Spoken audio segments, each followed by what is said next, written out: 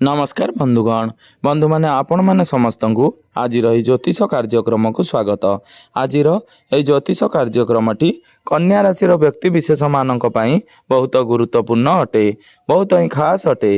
कारण यही धनु संक्रांति पर ठारू आपणकर जीवन में एक बड़ परिवर्तन होगापाई जाउछि। आपण मानंकु किछि क्षेत्र में शुभ फल मिलवाई जाउछि एवं आउ किछि क्षेत्र में आपण मानंकु अशुभ फल मिलवाई जाउछि। कारण धनु संक्रांति दिन सूर्य निजर राशि परिवर्तन करने को जाउछंती एवं यहाँ पर अन्य केतेक ग्रह मध्य निजर राशि परिवर्तन करने को जाउछंती, जार प्रभाव में आपणक जीवन में किछि परिवर्तन आसीबा पई जाउछि। नुआ वर्ष 2026 आरंभ होगा पूर्व आपणकर जीवन किछि समस्या दूर होगा पई जाउछि एवं आउ किछि समस्या आसीबा पई जाउछि।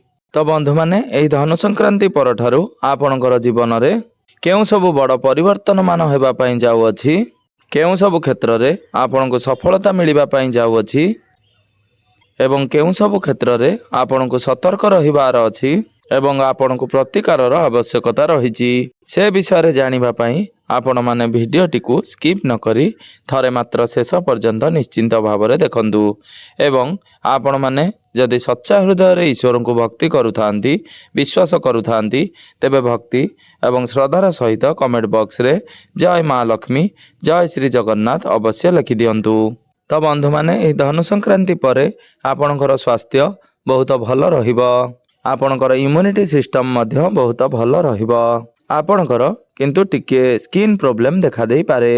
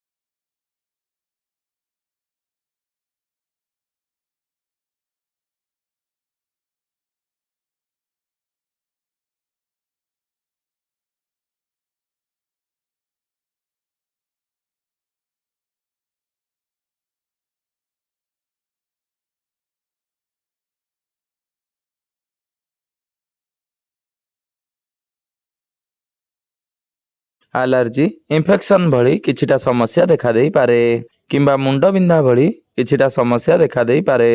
ନଚେତ୍ ଆପଣଙ୍କର କୌଣସି ବଡ଼ ସ୍ୱାସ୍ଥ୍ୟଜନିତ ସମସ୍ୟା ଦେଖାଯାଉ ନାହିଁ। ମାନେ ଏହି ଧନୁ ସଂକ୍ରାନ୍ତି ପରେ ନିଜର ଶିକ୍ଷା କ୍ଷେତ୍ରରେ ଆଗକୁ ବଢ଼ିବାକୁ ଚେଷ୍ଟା କରିବେ। କିଛି ଏକ୍ସପ୍ଲୋର କରିବା ପାଇଁ ଚେଷ୍ଟା କରିବେ। ନୂଆ କିଛି ଶିଖିବାକୁ ଆପଣ ଚେଷ୍ଟା କରିବେ।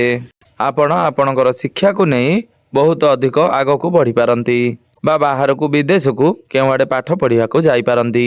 ଟିକେ ଭାଗଦୌଡ଼ କରିବାକୁ ପଡ଼ିପାରେ। ଏହି ଧନୁ ସଂକ୍ରାନ୍ତି ପରେ ସୂର୍ଯ୍ୟ ଆପଣଙ୍କର କେନ୍ଦ୍ରକୁ ଆସିଯିବେ। ତ ଏହି ଧନୁ ସଂକ୍ରାନ୍ତି ପରେ ଯଦି ଆପଣଙ୍କର କୌଣସି ଏକ୍ଜାମ୍ ରହିଛି ତ ଏକ୍ଜାମ୍ ଆପଣଙ୍କ ପାଇଁ ବହୁତ ଭଲ ରହିବ। ଯଦି ଆପଣଙ୍କର କମ୍ପିଟେଟିଭ୍ ଏକ୍ଜାମ୍ ରହିଛି କିମ୍ବା କୌଣସି ଗଭର୍ଣ୍ଣମେଣ୍ଟ ରିଲେଟେଡ୍ କୌଣସି ଏକ୍ଜାମ୍ ରହିଛି ବା ପ୍ରତିଯୋଗିତାମୂଳକ ପରୀକ୍ଷା ରହିଛି ତ ଆପଣଙ୍କ ପାଇଁ ତାହା ବହୁତ ଭଲ ରହିବ। ଏହି ଧନୁ ସଂକ୍ରାନ୍ତି ପରେ ଆପଣ ପାଠପଢ଼ା ରିଲେଟେଡ୍ କୌଣସି ଡିସିସନ୍ ନିଅନ୍ତି ବା କିଛି ଷ୍ଟେପ୍ ନିଅନ୍ତି ତେବେ ଆପଣଙ୍କ ପାଇଁ ତାହା ବହୁତ ଭଲ ରହିବ। ଆପଣ ଯଦି ଏହି ସମୟରେ କୌଣସି ଫର୍ମ ଫିଲ୍ଅପ୍ କରନ୍ତି କିମ୍ବା ଆଡ଼ମିସନ୍ କରନ୍ତି ତେବେ ଆପଣଙ୍କ ପାଇଁ ତାହା ବହୁତ ଭଲ ରହିବ। ତ ଆପଣଙ୍କର ପ୍ରେମ ଜୀବନ କଥା ହେବା ଯଦି ତେବେ ଏହି ଧନୁ ସଂକ୍ରାନ୍ତି ପରେ ଆପଣଙ୍କର ପ୍ରେମ ଜୀବନ ବହୁତ ହିଁ ଭଲ ରହିବ। ପୂର୍ବରୁ ଆପଣଙ୍କ ଭିତରେ ଯଦି କୌଣସି ମତାନ୍ତର ରହିଥିଲା ବା କିଛି ମତଭେଦ ଥିଲା ତ ସେ ସବୁ ଆପେ ଆପେ ଦୂର ହୋଇଯିବ। ଆପଣଙ୍କ ମଧ୍ୟରେ ଭଲ ପାଇବା ବଢ଼ିବ, ବୁଝାମଣା ବଢ଼ିବ। ଆପଣ ପରସ୍ପର ପ୍ରତି କ୍ୟାରିଂ ରହିବେ। ଆପଣ ପରସ୍ପରଙ୍କର ଭୁଲକୁ ବୁଝିପାରିବେ କିନ୍ତୁ ଆପଣଙ୍କ ମଧ୍ୟରେ ଟିକେ ଜିଦ୍ଦି ସ୍ୱଭାବ ରହିବ। ଯେହେତୁ ଶନିଙ୍କର ଦୃଷ୍ଟି ଆପଣଙ୍କର ପ୍ରଥମ ଭାବ ଉପରକୁ ରହୁଛି ତେଣୁ ଆପଣଙ୍କ ମଧ୍ୟରେ ଟିକେ ଜିଦ୍ଦି ସ୍ୱଭାବ ଦେଖାଦେବ। ଆପଣ ଛୋଟ ଛୋଟ କଥାକୁ ନେଇ ଜିଦ୍ କରିବେ। ଆପଣ ଆପଣଙ୍କର ପାର୍ଟନରକୁ ନିଜ ହିସାବରେ ଚଳାଇବାକୁ ଚେଷ୍ଟା କରିବେ। ତେବେ ଏହିସବୁ ନେଚରକୁ ଆପଣଙ୍କ ଠାରୁ ଦୂରେଇ ରଖିବାକୁ ଚେଷ୍ଟା କରନ୍ତୁ କାରଣ ଆପଣଙ୍କର ଏହିସବୁ ନେଚର ପାଇଁ ଆପଣଙ୍କର ପ୍ରେମ ଜୀବନରେ ସମସ୍ୟା ସୃଷ୍ଟି ହେବ। ତେଣୁ ଏସବୁକୁ ଯଦି ଆପଣ ଦୂରେଇ ଦିଅନ୍ତି ତେବେ ଆପଣଙ୍କର ପ୍ରେମ ଜୀବନ ବହୁତ ଭଲ ରହିବ। ଆପଣଙ୍କର ବୈବାହିକ ଜୀବନ କଥା ହେବା ଯଦି ଏହି ଧନୁ ସଂକ୍ରାନ୍ତି ପରେ ଆପଣଙ୍କର ଜୀବନ ସାଥୀ ଟିକେ ମୁଡି ସ୍ୱଭାବ ଦେଖାଦେବ।